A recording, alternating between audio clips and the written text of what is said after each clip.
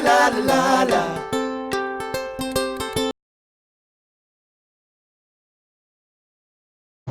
Good afternoon, this is Calvin, the Groovy Guppy. Well, actually, it's morning. Okay, whatever. And today we're going to do a little lesson on how to avoid get snails off of plants. So you let them. So we go to the fish store or fish show or get plants from our friends for our aquariums, and we put them in our tank, and next thing we got 300 snails in there. Well, I have snails, and they don't bother me too much. They clean the tanks, and I actually feed them to my puffers who really like them. But I don't feed my puffers eat snails. That's 90% of their diet, so and they're pretty happy about it. So, what I'm going to show you, I am starting a planted aquarium to raise just a plant. So it's just going to help. It's not going to have fish or anything. And I don't want no snails in it. So I've taken the plant out of there, and the plant is called, if I can actually say it, Aquarius Eldea Ejira, and well, it's one of the more popular plants, except I don't know if there's a nickname for it, but that's what it looks like. And this is just a little clipping of one, and I want to propagate this because I like this plant. Well, my guppy grass kind of took over this tank, and I want to get the duckweed out of there, and there's duckweed in there. Duckweed's kind of, now I can look at this and see I don't see any snails on it. Okay, I don't. Well, actually, I do see a snail on it. And see, they are sneaky little guys, but there's also snail eggs on there. Okay. We're not going to take him with us. Okay. Now remember, don't ever rinse your snails down the drain. They could be an invasive species, and the next thing you know, you have them in your neighborhood, and you're spreading them around the world, and we have enough problems. And this is actually a kind of a weird deal here. This is one stem of this I had, and I'm going to make it into several stems when I do this. And this one's growing that way, and that one's growing that way, and that one's growing that way, and anyway. So I got a bunch of babies I can propagate, and this will grow very fast. Anyway, then I have another one in there. So, there's several chemicals you can buy. Anything copper will kill snails. They also kill shrimp, so I can't do it in your tank. But you can use alum. You can get that in the spice. I think they use it in canning or pickling, I guess. And there's a few fertilizers that combinations that you can buy alum in big bags, a whole lot cheaper.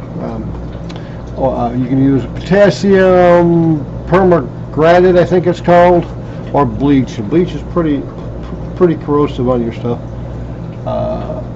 And I use aquarium salt. And you may not be able to get this locally. I'll make sure I put a link down below.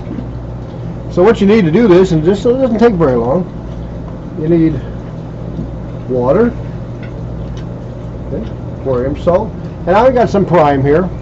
Okay, prime will dechlorinate the water, and I have one of these to put the prime in with, Pippin.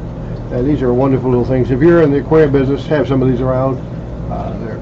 These are the ones I found here are nice and long. You can doctor things up, put medicines in a whole lot easier.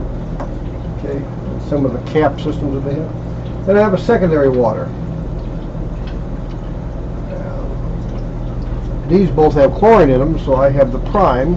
You want to use dechlorinated water. So whatever you use to dechlorinate your water, prime is, in my opinion, the best. And for this little bit of water, one drop. If you want to be safe on that bigger amount, you can put a second drop. Oh, that cost me a lot of money right there. Holy cow.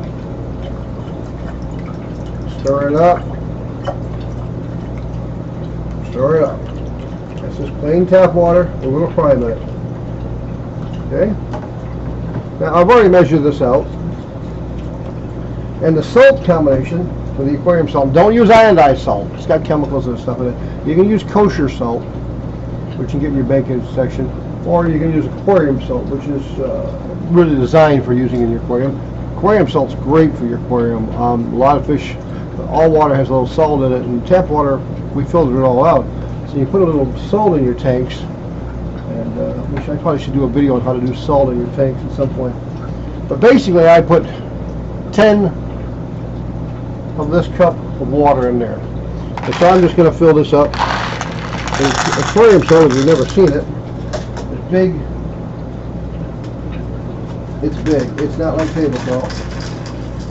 Like the stuff you throw on your, for those of you who live in the north, it's kind of like rock salt, but it's big old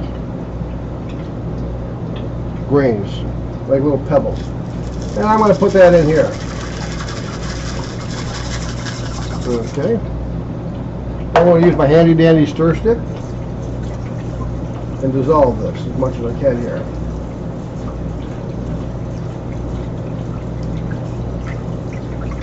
I'm going to get straight to this thing here. As you can see, my my new fish room now has a weed eater in it over there. Well, not for these weeds.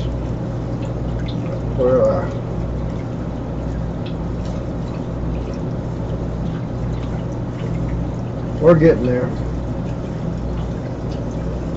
Stir this up and make sure this dissolves as much as possible, because it takes a little while for it to break down. If you ever put this in your tank, you decide to put a teaspoon or tablespoon or two in your tank, you want to do this too. You want to break it down so the fish don't eat a hunk of salt. Probably not good for it.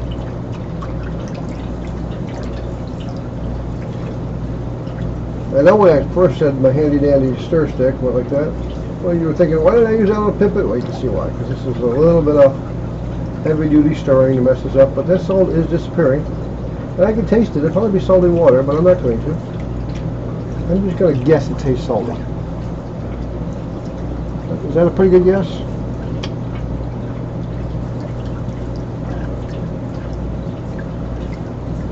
It's almost all dissolved. Now, that's a pretty strong salt combination there.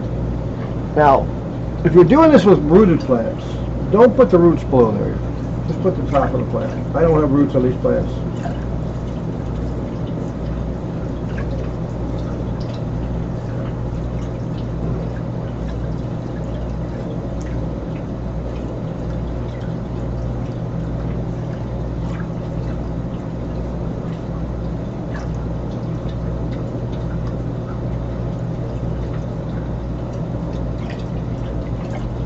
Took a little longer than I thought. You get to watch this. Don't make the water super hot or super cold, just like normal room temperature water. Don't want to shock you. Plants are like animals, they could get shocked. Now, you take your plant, whatever you're going to do here, whichever plant you're going to do, and I'm actually doing a double fold here. I'm going to dip it like this, and what I have here, and this is a rinsing thing, there's no salt in that water. After I do this, I'm going to rinse it off into chlorinated water. And then get it ready for the tank. And I'm making sure I'm getting my duckweed out of here too. So I don't have any plants, so I'm just going to put the 2 or 3 that I have in here. And I got a bunch of duckweed in there. Awesome. Duckweed is a royal pain in the neck for those. I mean, there's some things that eat it. It's good to eat. You can eat it. It'll get 2 inches thick on your tank sometimes too, but I don't want duckweed in this tank. I'm going to work on that. So anyway, put that in there. Probably been 5 or 6 seconds now, and look at the clock here. The clock tells me what time it is.